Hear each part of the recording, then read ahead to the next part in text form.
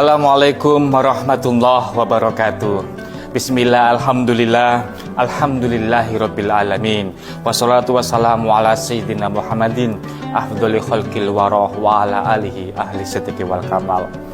Puji syukur kehadirat Allah Subhanahu wa taala. Dengan nikmat sehatnya kita semuanya masih diperkenankan untuk tetap hidup, masih diperkenankan untuk tetap sehat, masih diperkenankan untuk tetap bisa menjalani aktivitas sehari-hari dalam keadaan lancar tanpa suatu halangan apapun. Para jamaah yang dirahmati oleh Allah, jujur, sidik itu adalah salah satu sifat yang dimiliki oleh Rasulullah Shallallahu Alaihi Wasallam. Kejujuran melekat pada diri Muhammad sejak beliau sebelum diangkat sebagai Rasulullah, sebelum diangkat sebagai utusannya. Ketika Muhammad masih berdagang dengan menjalankan prinsip sidik atau kejujuran, akhirnya membuat banyak orang terkesima. Salah satunya adalah Khadijah, yang akhirnya Khadijah merekrut Muhammad sebagai partner bisnis sampai menjadikannya sebagai seorang suami. Para jamaah yang dirahmati oleh Allah, kita sebagai umatnya Nabi Muhammad tentu perlu dan harus meneladani, menerapkan sikap sidik atau jujur sebagaimana yang dimiliki oleh Nabi Muhammad Shallallahu Alaihi Wasallam. Para jamaah yang dirahmati oleh Allah, kejujuran harus diterapkan dalam segala aspek kehidupan, dan kejujuran praktek tersebut harus diterapkan dalam segala bidang perdagangan. Kalau dagang dengan diimbangi kejujuran, tentunya akan banyak menghadirkan para pelanggan, menghadirkan para customer. Dan inilah konsep rezeki. Jikalau rezeki itu, ada salah satu ulama tasawuf pernah bilang, rezeki jangan terlalu dikejar susah payah. Semakin kau kejar, semakin lari rezeki tersebut. Seperti kita menangkap kupu-kupu yang terbang. Semakin kita kejar kupu-kupu, semakin terbang tinggi. Tapi cukup sediakan taman penuh bunga. Dengan taman penuh bunga, maka kupu-kupu akan hadir, datang dengan sendirinya. Begitu juga rezeki. Kita berdagang.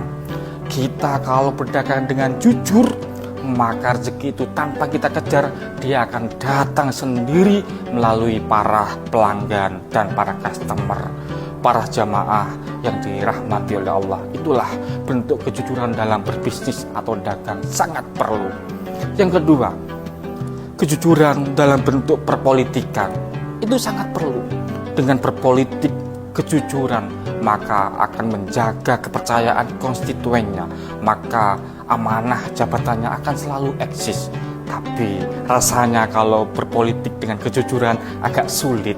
Tapi kalau berpolitik dengan jujur kok bisa, maka itu menjadi luar biasa dan menjadi seorang pemimpin yang mulia. Yang ketiga, kejujuran dalam bentuk kepemimpinan. Nah, pemimpin daerah seumpama baru saja Presiden Prabowo melantik secara serentak memimpin daerah 900 lebih, hampir 1000.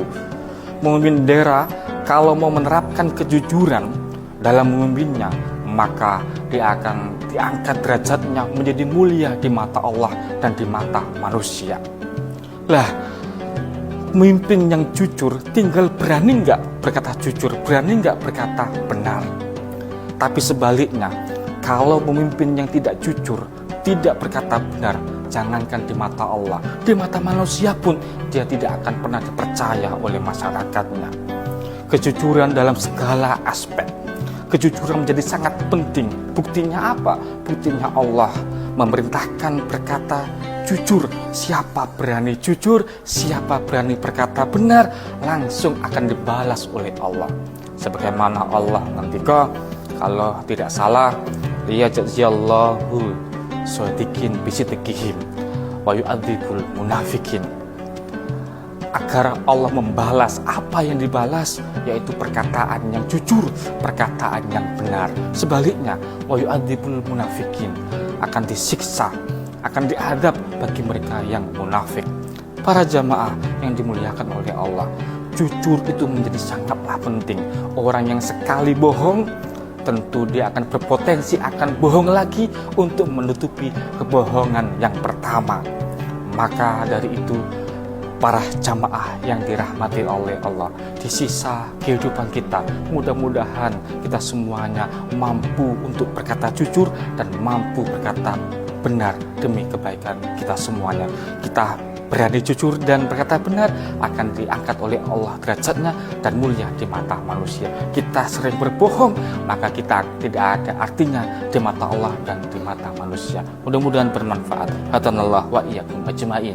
Wallahul muwaffiq ila aqwamit thoriq. Assalamualaikum warahmatullahi wabarakatuh.